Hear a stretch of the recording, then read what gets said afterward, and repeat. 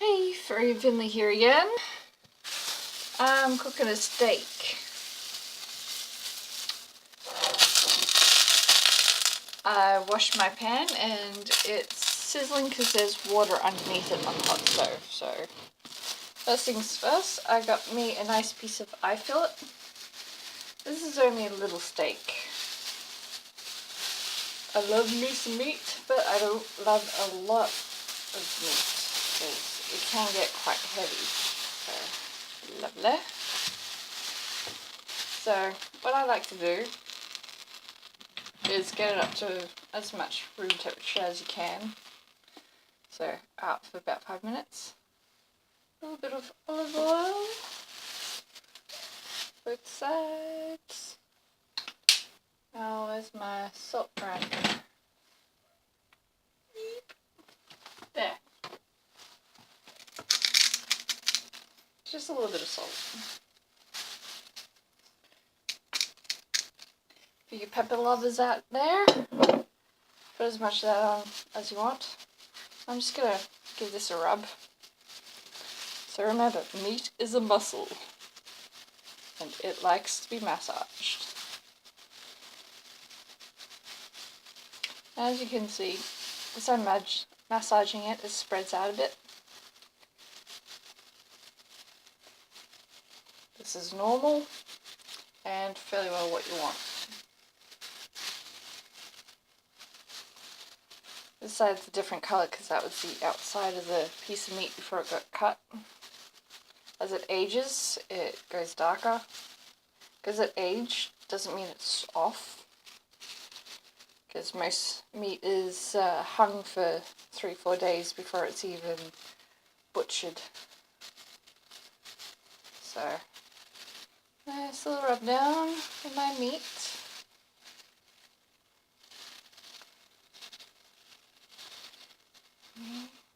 Nice rub with a bit of salt and oil.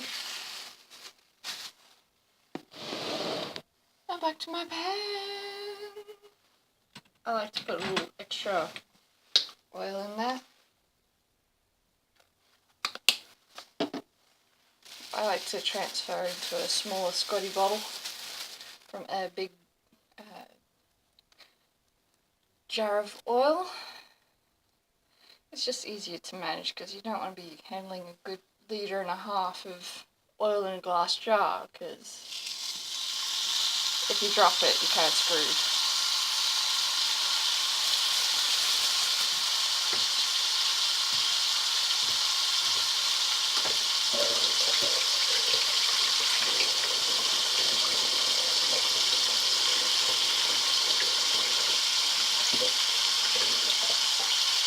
Now I like to see that sizzle.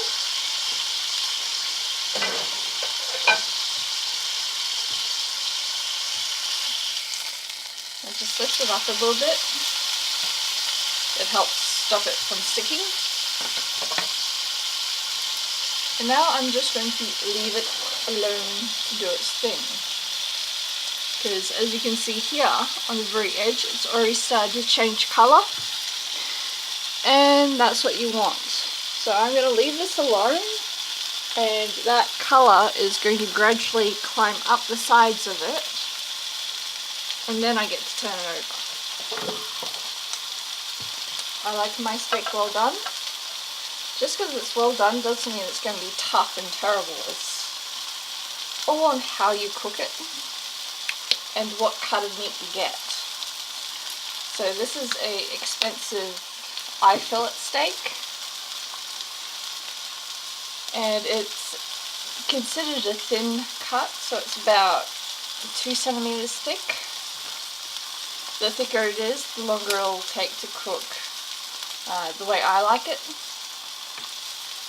So if you like it rare and raw in the middle, go for a thicker cut.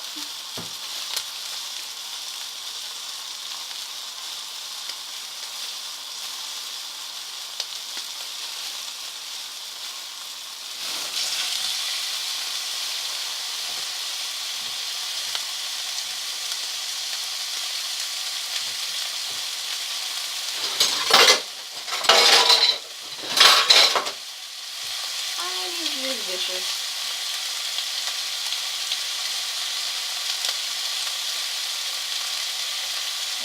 Good enough.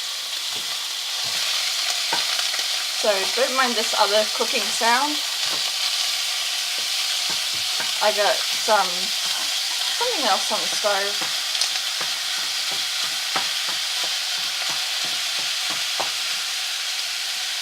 I'm just browning off some beef.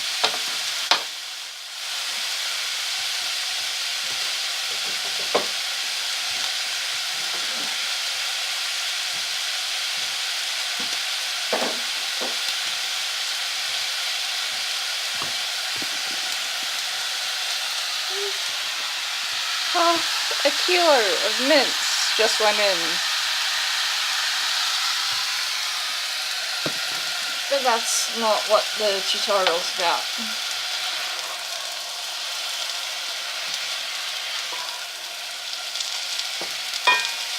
It's more a matter of, I have this meat here that needs to be used before it goes off. And if you cook your meat, you get a few extra days out of it before it goes bad.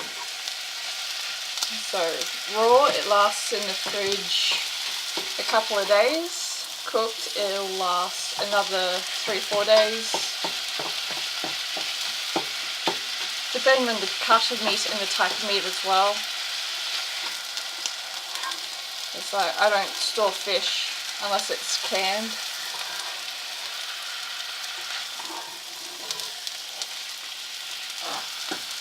Basically, you won't see me cook fish.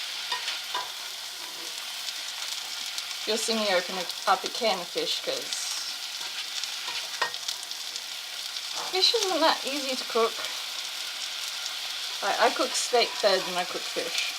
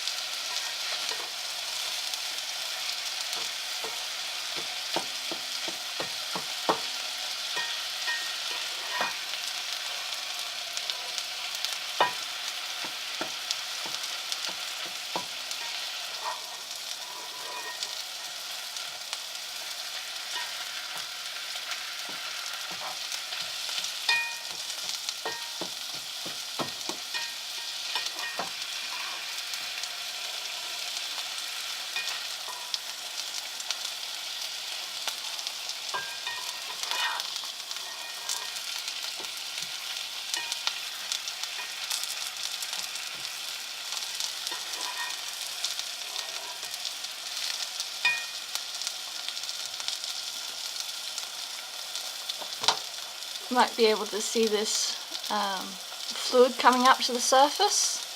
That's perfectly normal.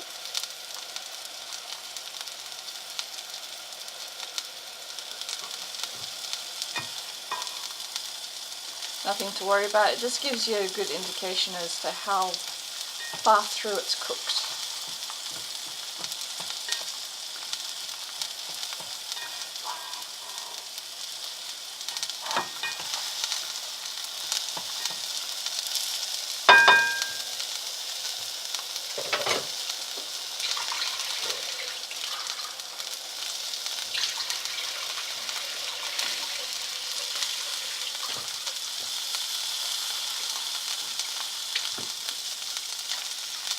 Like I said, I've got something else happening in the background, which is not really necessary to view.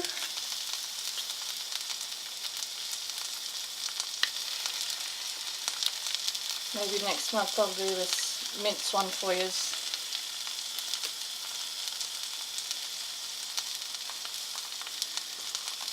So after you put it in the pan, you actually have to turn the heat right back, because then it'll cook too hard and fast in one section, and it will dry out and toughen out.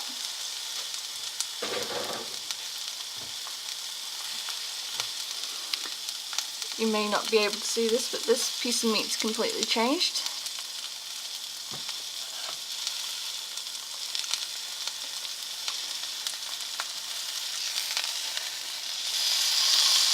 Look at that gorgeous brown caramelization, especially on the small bit. My camera might make it look burnt, but that's actually a nice meaty brown.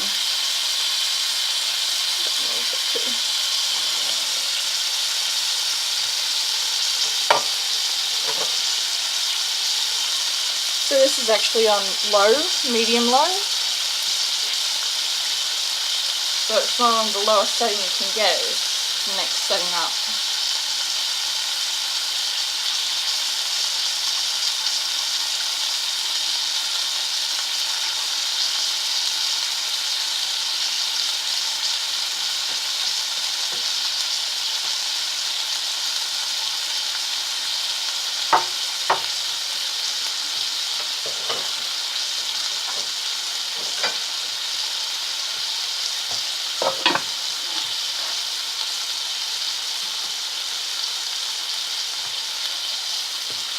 Just like that.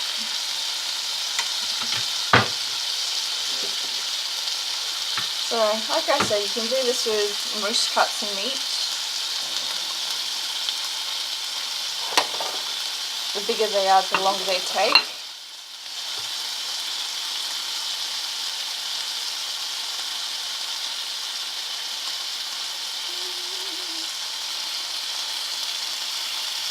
You can actually see how pink that is down here where it's not really touching the pan.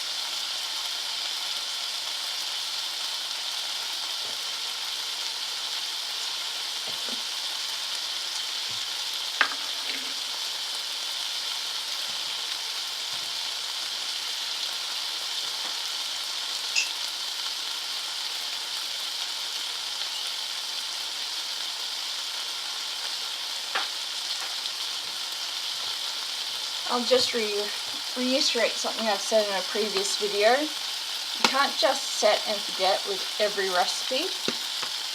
There's a lot of things where you do have to stand around being poured out of your skull for.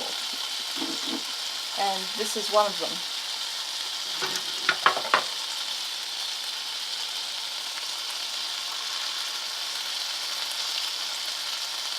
That fluid is now pooling on the top, and it's nowhere near as bright and pink as it was.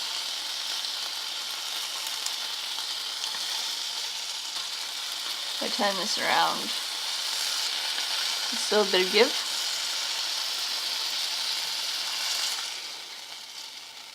Look at that underside. It is caramelizing.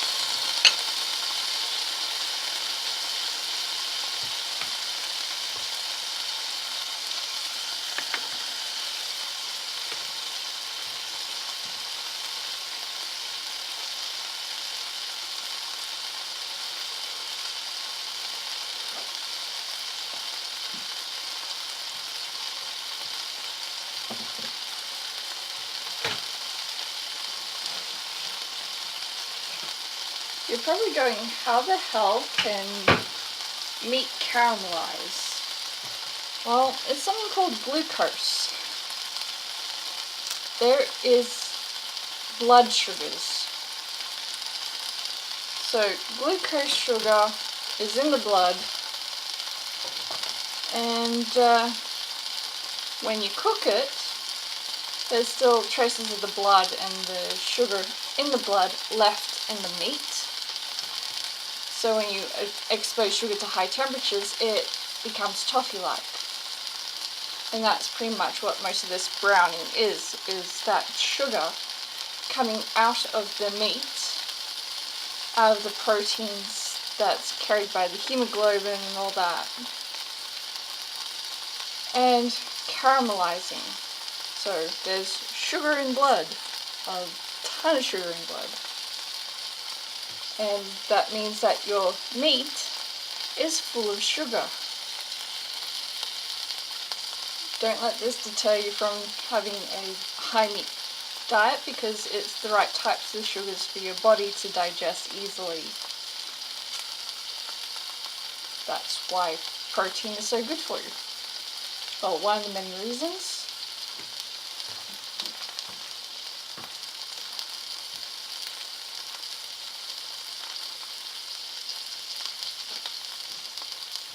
So if you want to find out more about that, I suggest you research biochemistry. It is a fascinating subject. I love biochemistry. So I'm going to take this, put it over my plate, just dip it, and you can tell by the colour of the juice how well done it is. And that's still a bit pink to me, so as I said, I like mine well done. I'm going to put this in for a little bit longer.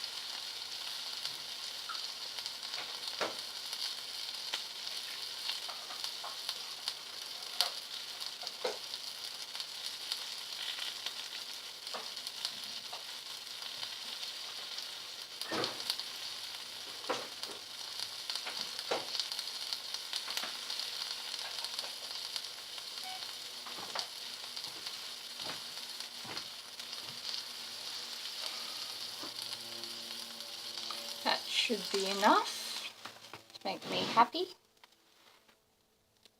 As I said, I'm cooking for me, so that should be okay.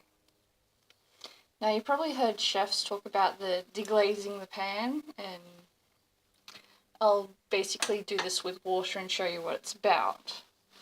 So, I have all this brown. It is not burnt stuff. It is tasty, tasty, flavoursome, caramelized meat blood. Meat juices. And you can see over here is a bit of the excess oil. So I just got some water. And you can see that coming up off the pan pretty much straight away. Give it a little bit of scrub.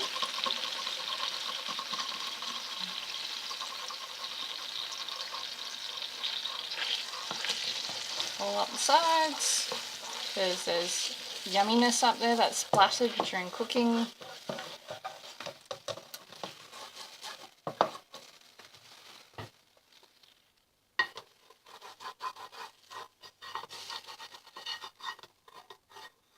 So now I'm going to turn the temperature up, and I'm going to let that water evaporate off.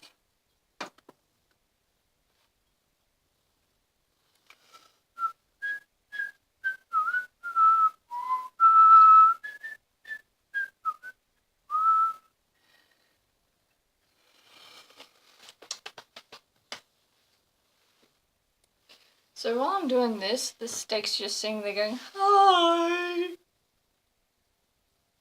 that's fine, because, you know, it's just been through hell and back in a fry pan, so it deserves a little rest.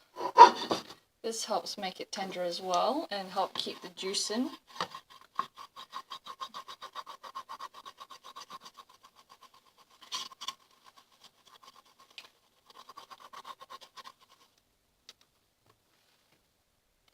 And you'll notice in hot spots of your pan, around here is a hot spot, it will evaporate a lot faster. So just always be giving that a once over and making sure it's not sticking, not evaporating too much. If my pan was so much hotter, this would be so much faster. But you can see how the pan went from just having stuff stuck on it to all this glorious juice of gravy. I love gravy, gravy train. Here is my gravy, I'm making gravy. And of course, different weights of gravy are called different things.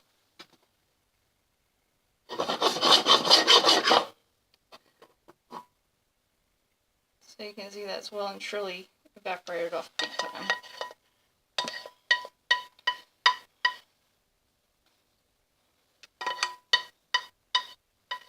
And try and scrape as much of that solids down as I can, because that's all flavors. Yummy. Now, technical term, that is jus. That is meat juice. So there's my steak, there's my jus. I'm just gonna pour it over my yummies. Now, like I said before, clean as you go. Hot pan, hot water, cloth.